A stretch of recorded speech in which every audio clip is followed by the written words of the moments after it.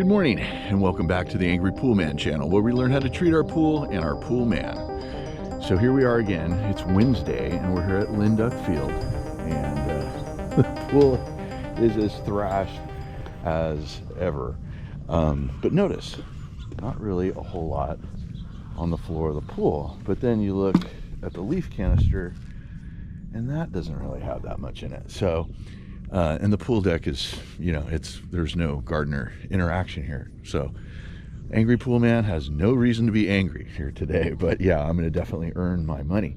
That being said, we're still, I believe, under what's called a red flag warning. So yeah, it's no good. And nobody seems to enjoy yourself with a power outage lingering over your head, which could happen at any time. The pool needs electricity to operate. So I'm gonna get to work, like I said, earn my money today.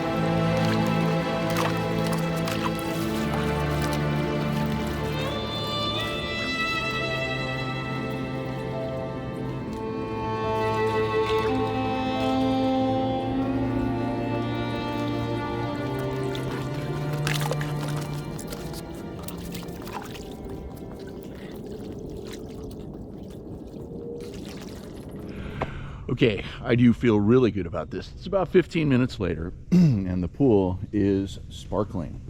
So one of the things that does concern me, is our Zodiac MX6. He's kind of moping around.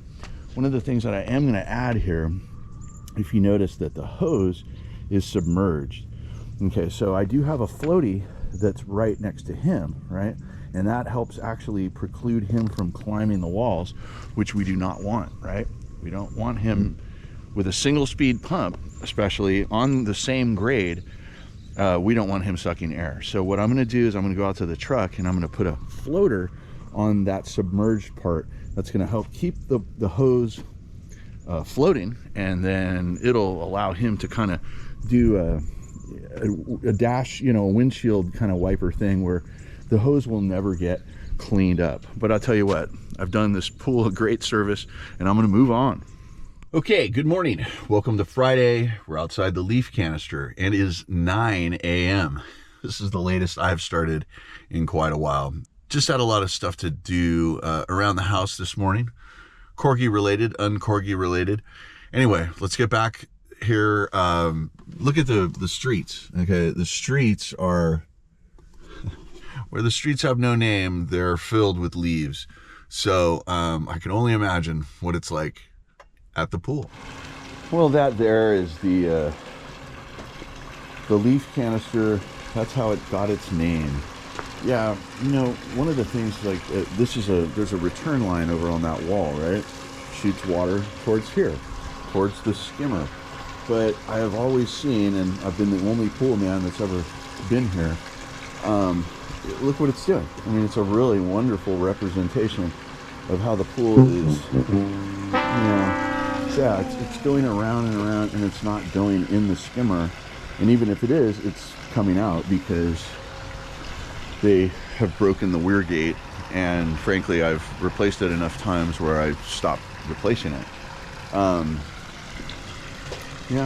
Some of it goes in, but not enough. So anyway, I'll get to work. Okay, now leaf canister cleans up pretty well. It's pretty small little body of water. But one of the things that really helps me out from the homeowner is that he keeps this little bucket right here. And so that when it's this thrashed, I'm going to be emptying my net multiple times. I don't want to be hitting the trash can, and they don't have a trash can over here, and that's rightfully so. This is the equipment. This is not the trash, okay? The air conditioning condenser is over here as well, but this is the equipment for the pool, not the trash.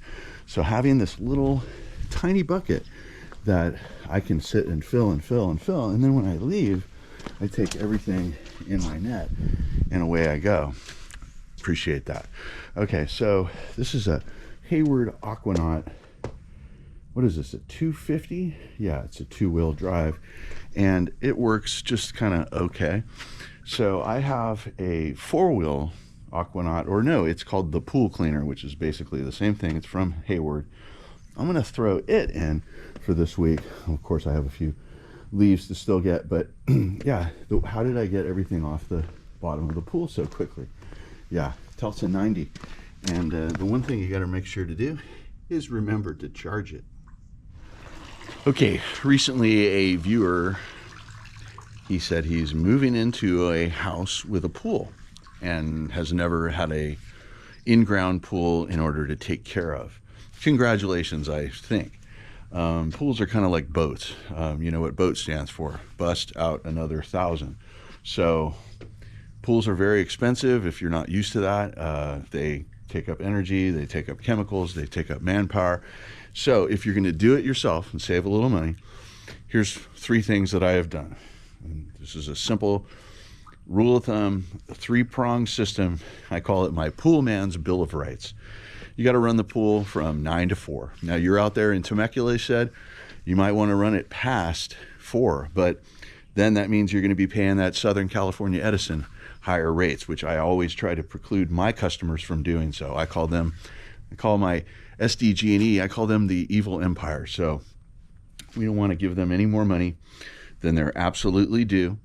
And like right now, this is a bad job that they have right now. This is fire weather season. We're in another red flag warning until hopefully we get some rain on Saturday night, and that would help us get rid of the fire danger warning. But I digress. So run the pump 9 to 4.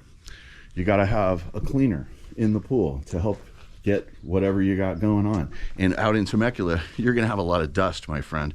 So you got the 9 to 4 pool cleaner, and you got to keep, and this is actually number 1, you got to keep water in the pool. Okay, this pool in particular, and as many of mine do, have a autofill, right? So the homeowner, as long as I pay attention to that apparatus, the little toilet floater right there, as long as I make sure that that thing is working week in and week out, this pool will have the right level of water in it. So once again, to recap, 9 to 4, run the pump 9 to 4, you got to have the cleaner in the pool, and then you got to have water in the pool. So those things are going to be your simple ABCs of success. One of the things that I do here, and this is essential, is I take the chemicals, the chlorine and the pH. I use these Aquachek 7s, and that's what I recommend. I'll leave a link in the description. So what you do is you dip a strip, and then you read the colors, and then you add the commensurate amount of either chlorine, liquid chlorine, or liquid muriatic acid. That's nasty stuff. Do not breathe it in. It will knock you to your knees. So yeah, and just keep watching the channel and you'll figure out how to keep your pool looking as crystal clear as this one.